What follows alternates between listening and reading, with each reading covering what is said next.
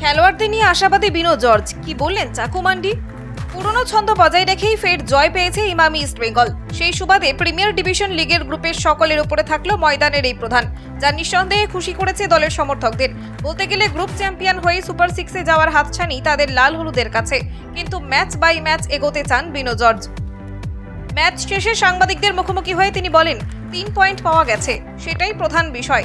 ছেলেরা ভালো খেলেছে, কিন্তু আমার প্রশ্ন, প্রতিপক্ষ দল কতবার গোলের সুযোগ তৈরি করেছে? আদিত্য 2টো ভালো সেভ দিয়েছে, কিন্তু আমরা একাধিকবার গোলের সহজ সুযোগ নষ্ট করেছি।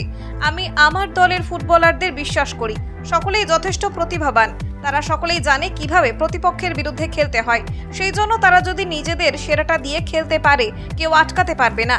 তিনি আরো বলেন, সুপার সিক্সের ক্ষেত্রে আমরা ম্যাচ প্রতি পদক্ষেপ নিতে চাই। প্রতিটি ম্যাচের জন্য আলাদা স্ট্র্যাটেজি থাকে।